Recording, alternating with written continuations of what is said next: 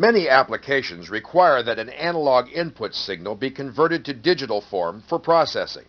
This is accomplished with the analog to digital converter.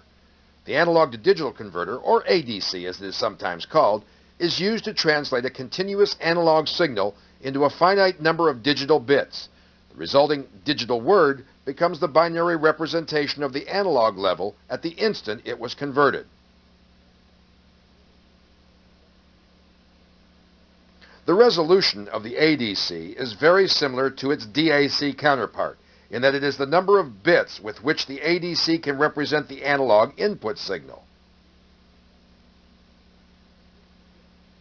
For example, an ADC with 4 bits will have a resolution of 4 bits. This allows the device to represent the analog input signal with up to 16 binary words. In simpler terms, the analog input signal may be represented by 16 separate instantaneous values for each sample of the input signal. An 8-bit ADC, on the other hand, can represent the analog input signal with up to 256 discrete words. This allows each sample of the input signal to be broken down into 256 separate values. And a 12-bit ADC can represent the analog input signal with up to 4,096 individual binary words. As you can see, the more bits of resolution the ADC can provide, the more accurately it will represent the analog input signal.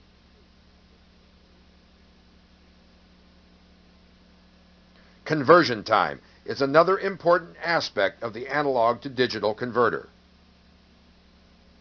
The conversion of the analog signal is a precise, deliberate process, and as a result requires a certain amount of time to sample the input signal, digitize the input signal, and make the binary results available at the output. The conversion time is the period of time required to complete this process. Conversion times may range from microseconds to milliseconds. Since the analog to digital converter requires a finite amount of time to perform a conversion, there can only be just so many samples of the input signal in which the converter can digitize in any given time period. This is called the sample rate. For example, let's assume that an ADC can make one conversion in 1 millisecond. Theoretically, the ADC will make 1,000 conversions in 1 second. With a sample rate of 1,000 conversions per second, a 1 Hz signal could be represented with 1,000 binary words. This would result in a very good representation of the actual analog input. However, if the input signal had a frequency of 10,000 cycles per second and the AD converter had a conversion time of 1 millisecond, then the input signal would only be sampled once every 10 input cycles. This clearly would not work. The minimum that an analog signal may be represented is in 2 parts. For a simple sine wave signal, this may be acceptable, but as the signal becomes more complex, the 2-part representation will not work. Therefore, the number of times the signal is sampled must be increased. If a sample rate of 8 points per cycle were used, then a sample rate of 8 times the input signal frequency must be used. For a 10 kilohertz input signal, the sampling rate would be 80,000 times per second. This means that the AD converter must have the ability to convert a sample of the input signal in 12.5 microseconds. Even though this is extremely fast for most AD converters, there are devices on the market which have conversion times which can approach 1 microsecond. If the analog to digital converter cannot sample the input signal fast enough, the information contained in the analog input will become lost.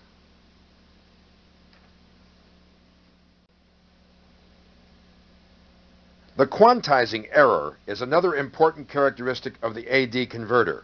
The quantizing error is a result of the changes in the analog input level during the conversion process. As you recall, a specific amount of time is required for the ADC device to convert the analog input into a digitized output. This was referred to as the conversion time. If the input level changes during the conversion, the binary output will represent the voltage level at the end of the conversion time instead of at the beginning. The faster the signal changes, or the higher the slew rate, the greater the quantizing error will become.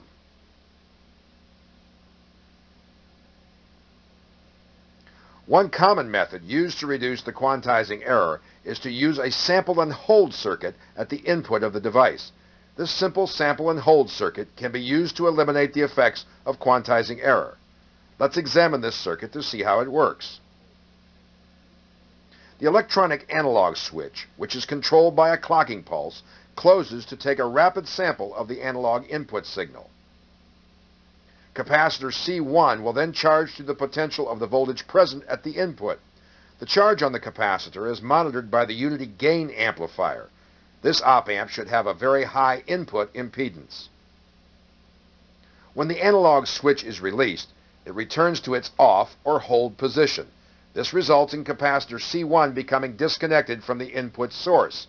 Because of the op-amp's very high input impedance, the charge stored on capacitor C1 is effectively trapped, and the voltage across C1 will remain almost constant for an appreciable amount of time. The unity gain amplifier then transmits this instantaneous voltage level into the input of the analog to digital converter. As you can see, by using a sample and hold circuit at the input of the AD converter, the quantizing error has been greatly reduced or completely eliminated. This is due to the fact that the input voltage to the ADC stage remains constant during the conversion time period. We will now pause for a short review of the most recently discussed material.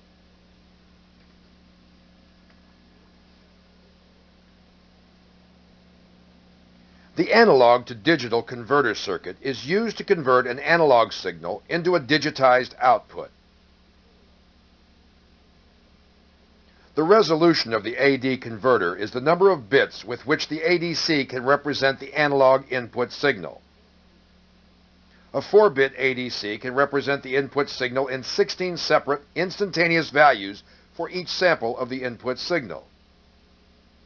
An 8-bit analog to digital converter will represent the input signal in 256 separate values. And a 12-bit ADC will represent the analog input signal in 4,096 individual instantaneous values. As you can see, the more bits of resolution the AD converter can provide, the more accurately it will represent the analog input signal.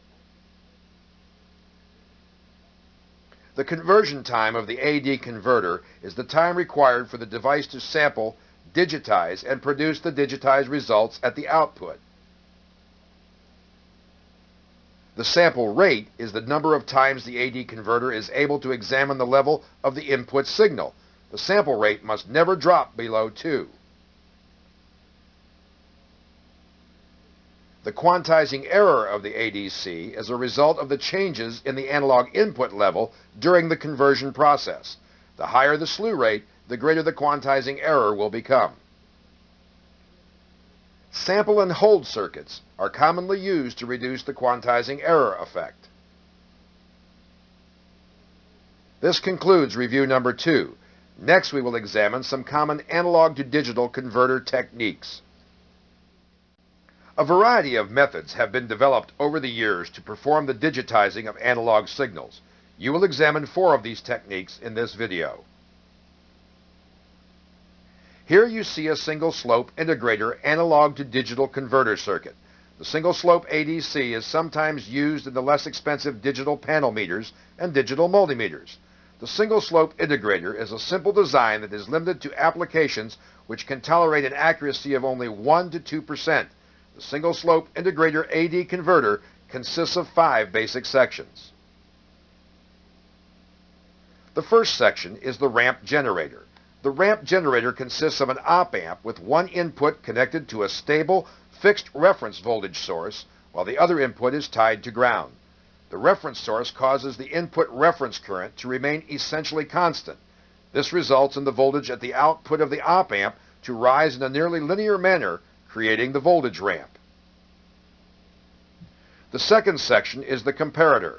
The comparator is merely an operational amplifier with no external feedback loop. If you recall, when an op-amp is used with no feedback from the output to one of its inputs, the device will essentially operate with its open loop gain.